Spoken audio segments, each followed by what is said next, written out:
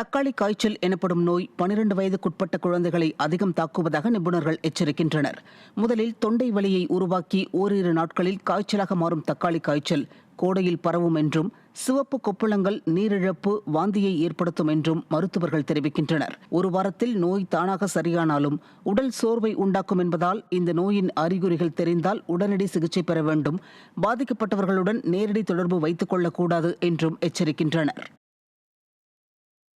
காஞ்சிபுரம் மாநகராட்சியில் வளர்ச்சிப் பணிகளை மேற்கொள்ள நிதி இல்லாத சூழ்நிலையில் 26 கோடி ரூபாய் அளவிற்கு சொத்து வரி நிலுவையில் இருக்கும் அவலம் உள்ளது. சொத்து வரி, குடிநீர் வரி மற்றும் தொழில் வரி என பல வகை வரிகள் 26 கோடி ரூபாய்க்கு மேல் வசூலிக்கப்படாமல் உள்ளது. காஞ்சிபுரத்தில் திமுகவை சேர்ந்த மகாலட்சுமி யுவராஜ் மேயராக உள்ள நிலையில் அவரது கணவர் அனைத்து திட்டப்பணிகளிலும் தலையிட்டு லாபம் பார்ப்பதாக கூறப்படுகிறது. இதுகுறித்து திமுக மாமன்ற உறுப்பினர்களை போர்க்கொடி தூக்கியுள்ள நிலையில் மேயர் மற்றும் மாமன்ற உறுப்பினர்களுக்கு குறைவான வரிகளும் பொதுமக்களுக்கு பல மடங்கு அதிக வரிகளும் வசூலிப்பதாக தகவல் வெளியானது. இந்த நிலையில் காஞ்சிபுரத்தில் போதிய அளவில் வரி வசூலிக்காமல் கோடிக்கணக்கான ரூபாய் நிலுவையாக உள்ளது. இதனால் பல்வேறு அடிப்படை பணிகளை நிதியின்றி சீரமைக்க முடியாமல் திராவிட மாடல் அரசு திணறி வருகிறது.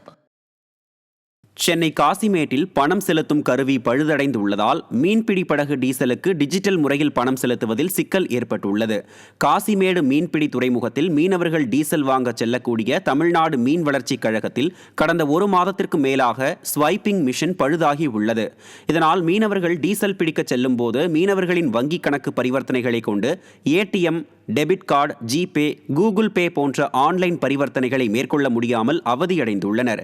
எனவே தமிழக மீன்வளத்துறை அதிகாரிகள் இது குறித்து உரிய தீர்வு காண வேண்டும் என மீனவர்கள் வலியுறுத்தியுள்ளனர். தமிழகத்தில் மீன்பிடி தடைக்காலம் தொடங்க உள்ள நிலையில் நிவாரணத் தொகையை 15,000 ரூபாயாக உயர்த்தி தர வேண்டும் என மீனவர்கள் வலியுறுத்தியுள்ளனர். தமிழகத்தில் ஆண்டுதோறும் கடலில் மீன்களின் இனப்பெருக்கத்தை அதிகரிக்கும் வகையில் ஆழ்கடலில் மீன்பிடிக்க 61 நாட்கள் தடை விதிக்கப்படும்.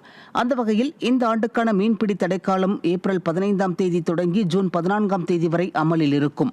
இந்த நிலையில் கேரளா உள்ளிட்ட பிற மாநிலங்களில் அங்கு பருவமழை தொடங்கும் சமயத்தில்தான் மீன்பிடி தடைக்காலம் அமல்படுத்தப்படுகிறது என்றும், ஆனால் தமிழகத்தில் இதற்கு மாறாக மீன்பிடி தடைக்காலம் அமல்படுத்தப்படுகிறது என்றும் மீனவர்கள் குற்றம் சாட்டியுள்ளனர்.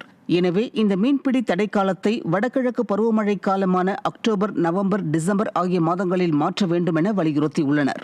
மேலும் தற்போது மீன்பிடி தடைக்காலத்தில் வழங்கப்படும் நிவாரணத் தொகையை 15,000 ரூபாயாக உயர்த்தி தர வேண்டும் என்றும் வலியுறுத்தினர். கோவையில் 18 நாட்களாக நடைபெற்ற விசைத்தறி தொழிலாளர் வேலை நிறுத்தம் தற்போது தீவிரமடைந்தும் விடிய அரசு அலட்சியம் காட்டி வருகிறது. கூலி உயர்வை நிர்ணயிக்கவும் தங்களின் கோரிக்கைகளை நிறைவேற்ற கோரியும் விசைத்தறி தொழிலாளர்கள் வேலை நிறுத்த போராட்டத்தில் ஈடுபட்டுள்ளனர்.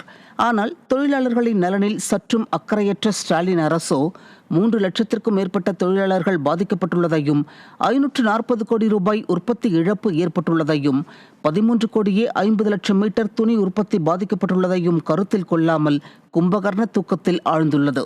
இதனால் கடும் நெருக்கடிக்கு ஆளாகியுள்ள தொழிலாளர்கள் அதிமுக ஆட்சிக்கு வந்தால்தான் தங்களுக்கு விடிவு கிடைக்கும் என வெளிப்படையாக கூறுகின்றனர்.